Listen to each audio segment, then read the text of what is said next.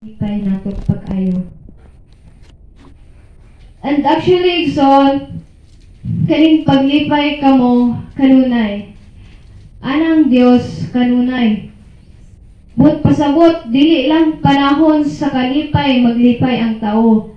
Kundi panahon sa kagulangan, sa kalipay, sa kalawitang dili na maitsura, wala nakakasabot, ana ang pulong sa Dios paglipay kanunay. Ibutang nato sa tong hunahuna nga kanunay, pero sa ino di nato mapugngan nga mag-uulgit ta. Pero okay ra na siya Igsoon kay kanang normal na sa tao, pero ang Dios gusto nga mudasig sa matag sa nga maglipay ta kanunay.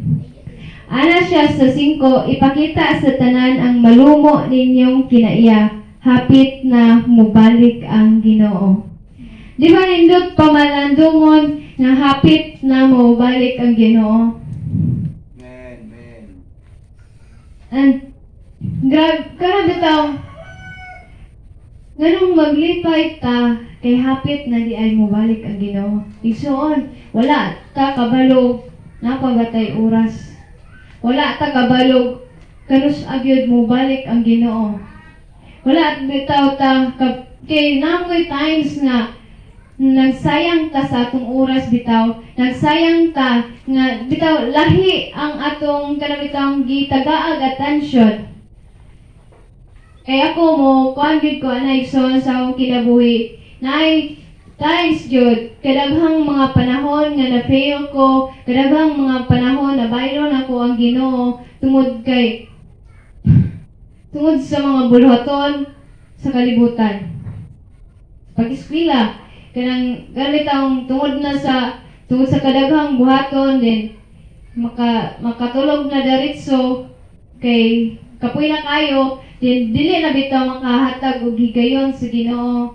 So muna ikinahanglan sa ato nga mo spend tag oras sa Ginoo. Kay Igsoon kanang kuan naman good karon kanang ang oras bitaw paspas na kayo. Wala ta kabalo kung san unya karon mobalik ang Ginoo. Unya kana bitaw ready na ba gyud ta nga moatubang.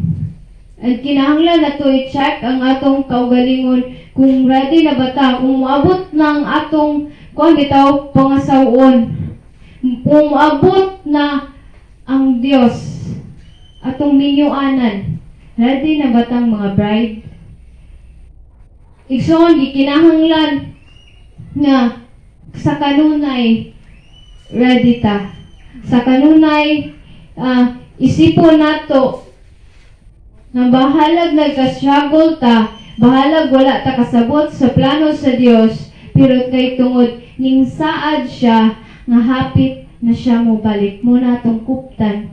Ug muna bitaw atong kuptan nganong maglipay ta, nganong angayan tang maglipay. So iksa siya sa size, ayaw kamo kabalakas bisan usa kun dili pangayuan sa Dios ang inyong gikinahanglan uban ang pagpasalamat sa tanan ninyong pag-ampo. So, Igsoon, ganang ako giningi ka istorya kay ganang maka-amaze mong yun kayo ang Ginoo, ganang ma-amaze yun ka sa Ginoo kay dito sa Tanggob kuan yun kay kapus dito kapus ganang kuan kayo naamgi panahon nga bongga kayo, napoy panahon nga loy po kayo. Pero Igsoon maka-amaze kay gyud ang Ginoo kay habitaw naagid ko'y kanang ga-crave bitaw ko dayon wala gyud ko'y kwarta kanang pareha nang gimingaw na kog manok. Lumiya kayo nyo kinahanglan ako mo budget. Pero kanang pag uli na ako gikag practice Igsoon naman sila manok ingana bitaw pamagi. Lord, wala man ako ni giampo nimo pero man imo mang gihatag. Then ikaduha pag yung song nga panghitabo. Kanang nag-crave na sad ko kay lisod man gud ning watay kwarta daghan kag mahuna-hunaan nga pagkaon. So nagkuha po kong chowpan. Kana na po na ko. Namiyak kayo. Ay, gumingaw naman ko ato. Dayon, kuhaan mo niya to. Practice itan ako sa skilan to. Gichatan ko ni ate. Nga magkuhaan dami. Maglaag mi sa dito bitaw sa plaza.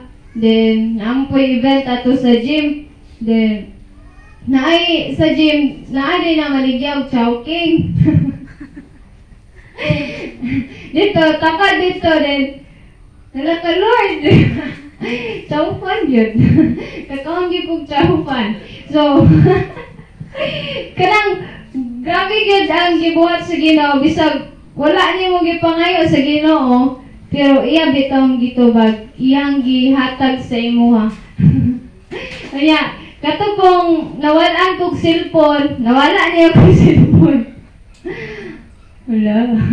Nawala niya kong cellphone kay gadali mong kuhan good project na mo bitaw final output na mo nya kadang kuhan lagi kadang pagkakuan na to kay gikan pa niya to event bitaw din dugay kay mi nakauli ato kay participant niya to then pag uli na ko gabuhat pag yung ko gikapuy kay ko din mga alas malaw na naman ata ko nakatulog ato then mata na pugpug kuan, sa'yo na po kong mata, alas 6, kaya ako na pong humanon din. Pag mga alas 9, ato na po sa gym.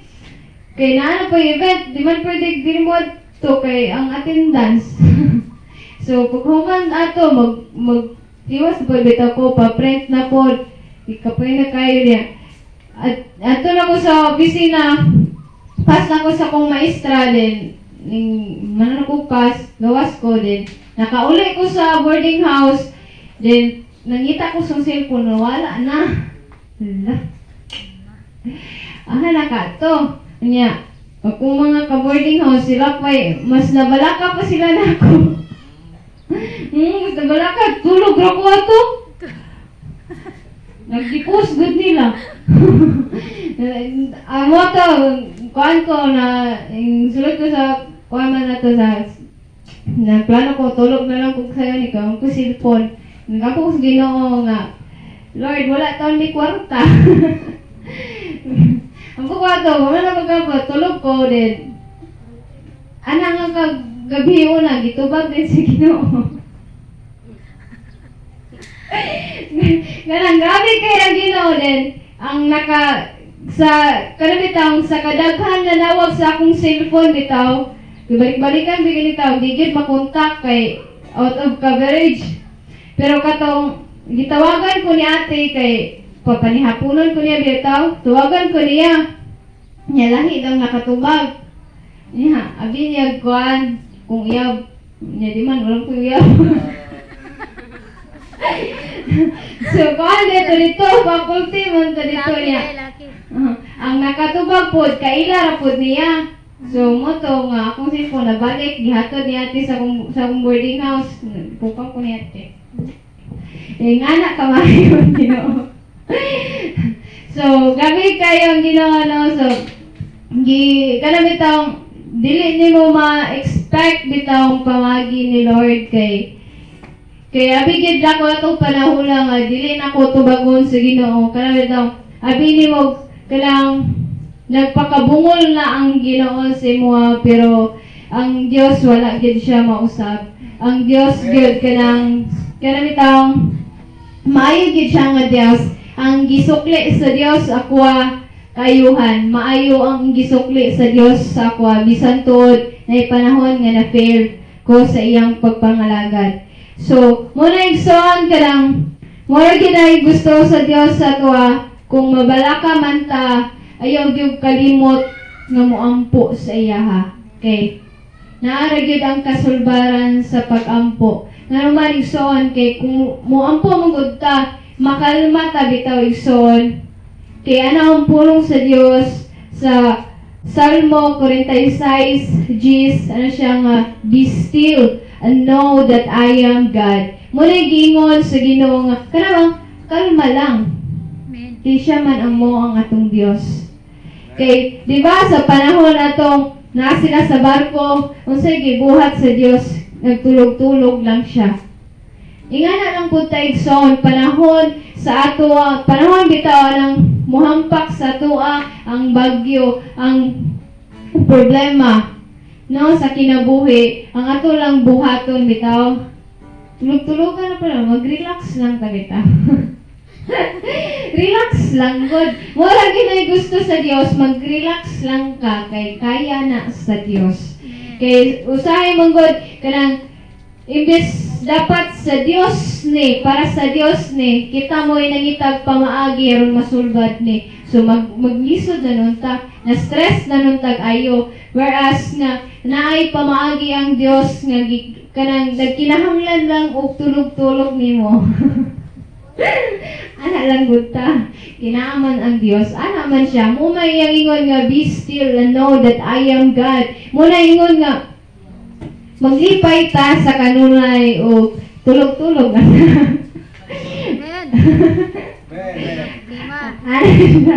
Og ang kalinaw sa Dios nga dili matugkad sa tawo, manalipod sa inyong kasing-kasing ug hunahuna diha sa inyong pagkahiusa kang Kristo Jesus.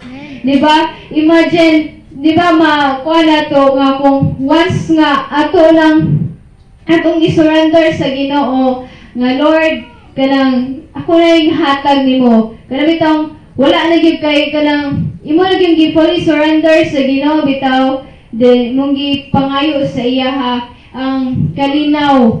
Dayon kanang kalma lang bitaw ka. Mahimo kang makalma bitaw tungod kay kanang una nimong giduol ang Ginoo ay bitaw nagpakitabang sa lain. Kanang panahon nga kanang gubot na kay mong hunahuna, pero pag panahon nga miduol ka sa presensya sa Ginoo, sa panahon nga miampo ka sa Ginoo, sa panahon nga giludhan nimo ang imong problema, sa panahon nga imong gihilak imong problema sa Ginoo, ang ihatag bitaw sa Ginoo sa imuha, dili pa ka na bitaw kanang on point gyud nga solusyon. Pero ang kalinaw ba sa kasing-kasing, ang kalinaw sa hunahuna, ug ang kalipay nga imong mabatunan bisan tud na kay problema. And then ang Dios na gyud ma-amaze gyud ta sa pamaagi sa Dios sa kay lahi manggod lahi gyud ang pamaagi sa Dios kaysa sa pamaagi sa tawo. Ang pamaagi bitaw nato kay mo na gid niya kung gihunahuna ang pinakamaayo nga solusyon. Pero sa Ginoo kanang bitaw murag binuang nga solusyon pero kanang pinaka-the best na solusyon bitaw. Makaingon ka nga ana ni siya siyang pulo nga God uses the foolish things to confound the wise. Kanang bitaw ikaw yun Jess. Gamiton yung mga pamaagi nga kuan bitaw, basta ka lang kuan. Para to confound bitaw ang kana bitaw. Basta oy. Ingana ang pamaagi sa Ginoo dili nato masabtan. Pero makaingon kag wow, ingato lang nga paamaagi. Kaya di ka katubitaw nga ingato nga pamaagi nasulbad ang problema. Ingana kamayo ang Ginoo. Dili mawad-an o kanang pamaagi ang Ginoo. Igsoon, hinungdumi pag ayo. Naapa kay usa ka solusyon nga gihunahuna, duha ka solusyon ang ginahuna. So tiyan ko ikaw ang Dios dili mahutdan og solusyon.